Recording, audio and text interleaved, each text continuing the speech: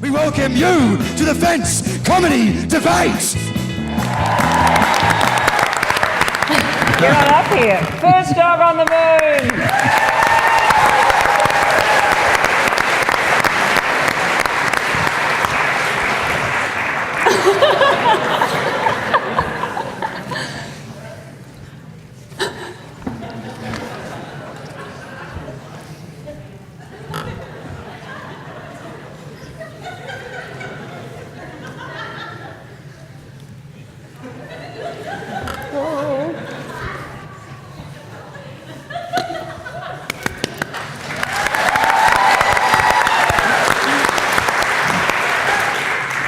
Good evening, Patriots. It is an honour to be here this evening. It works. To be a part of this important conversation about our nation's future. It's quite warm in here, isn't it? My glasses are fogging up. A giant fence surrounding the country. That is so very exciting. Now, I can understand, though, that some of you may have concerns about the nature of such a nation-building project. You may think that here on the affirmative, aren't we gorgeous? They were all just a big slippery bucket of Scott Morrison's. And yet, it is simply not so. I'll explain. Let's just for a moment put aside the national security concerns, any humanitarian implications, because there are still so many benefits to building this fence or this wall, right? As my colleague Mr. Burnside has mentioned, the economic advantages are considerable. The whole nation is dedicated to building this wall, so there's 0% unemployment. If we make it thick enough, we can sequester carbon in it and solve climate change. we could bung a huge hills hoist out in the middle and then whack a massive tarp over it, and the entire country will have somewhere nice to sit on hot days. Or we could cover it with corrugated iron, and then all of Australia could go to sleep with the sound of the rain on the roof. The whole nation. Wouldn't that be romantic? And see, the wall will require so many trips to Bunnings that our nation will become a glorious Bunningsocracy. We all love Bunnings. The wall will save us from attack by giant whippets.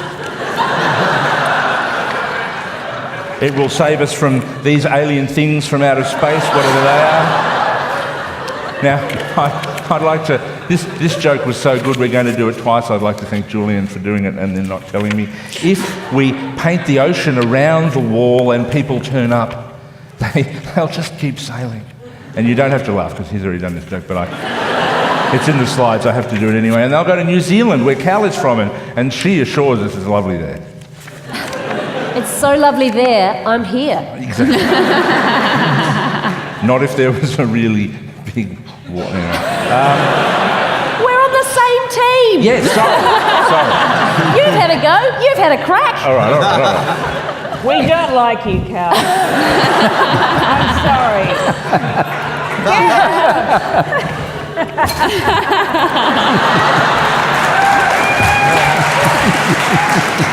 Well, the bad news for you is I'm not sleeping with you now. If she doesn't take those home, you're certainly not. They cost real money. It was an expensive but hilarious gag, and I hope you remember that later on. All right, here we go.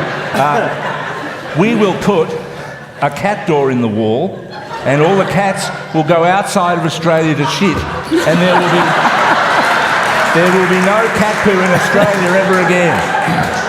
It's worth it for that alone, all right? It will be so big, you will be able to see it from space. And when most Australians see it, they'll say, "Oh, that's a huge cunt of a thing," which is why we're going to call it the Great Wall of Vagina. Come on! I wrote that myself. Vagina joke. I'm not getting paid to do this, okay? We on the affirmative are like you, all right? We all want to see Australia, an Australia where everyone gets a fair go, everyone gets a leg up or a leg over, everyone gets a shot at their dream. And I think tonight we're all decent, fair-minded people here this evening. We can agree on that. Although, are you? Are you all as fair as you really think you are? What if I told you that there was a cruel injustice taking place here tonight? Right now, someone's dreams and hopes are being trashed. Would you care, Australia? This person as a kiddie had a dream to one day star in the winning team in one of those adorable comedy debates. Now, it's not much of a dream, but who are we to judge? All this little child, who was an orphan, ever wanted was the opportunity to put their wit and humour and their not very good PowerPoint skills. All right, it's me. As a kiddie, I would set up pretend comedy debates with my teddies, and all I ever wanted to do was to go up against a team of the greatest comedic minds of our generation and their friend, and to share the thrill of victory with my teammates. Because obviously we're going to win. We have Julian fucking Burnside on our team. And Cal, she works at the ABC, so we can't lose. I won a Walkley. I mean, that's just not apropos, so that's why we're going to win. Anyway, this situation was meant to be, and of course, it's all overseen by the incomparable, the magnificent Judith Lucy. I've always loved you. I don't want it to be weird, though. Too late. I have dreamed of this moment all my life. Australia really is the land of opportunity. Or so I thought, until they told me that I was on the affirmative, and the question was, should we build a big fucking fence all the way around Australia? Now, I still had hope, because who's coming to the debate, I asked. Is it the Peter Dutton Appreciation Society? We're in with a chance. But no, it's in front of 700 leftists. I can smell your quinoa friands and your cold-pressed kale espressos from here. And it's so typical of the left to engage in this pseudo-democracy, this sham, all right? It's you all think you're so fair, yet you will cast my dreams into the dust. You'll never vote for this fence. And I can't believe I let that dickhead Burnside talk me into it.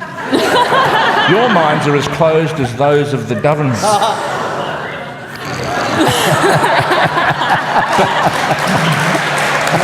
Think about that.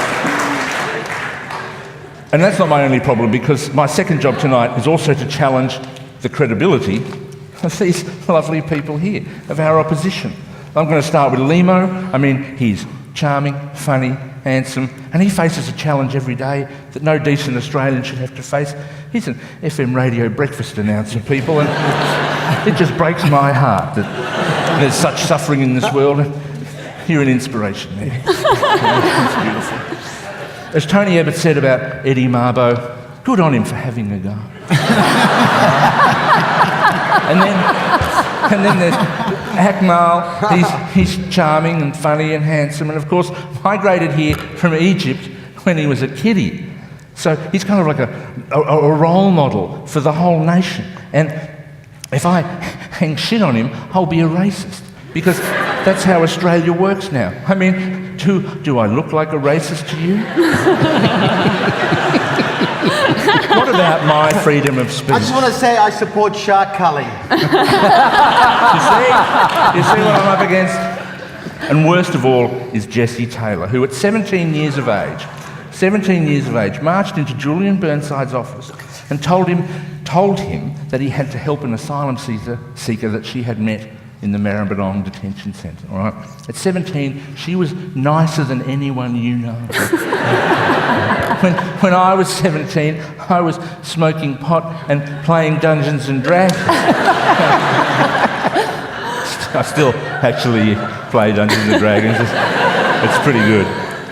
So tonight, I am a privileged, middle-aged white man standing in front of a crowd of leftists, just asking you to love him, because tonight I have done the most Australian thing possible. I have made this entire debate about me and my hurt feelings. Come on. You know I'm right. You know I'm right. Ask yourselves, Australia, who is the real victim here? Because this is the worst night of my life, and also if we don't win the debate, then Mr. Burnside will have Cal and I killed. So thank you for your time. Fantastic.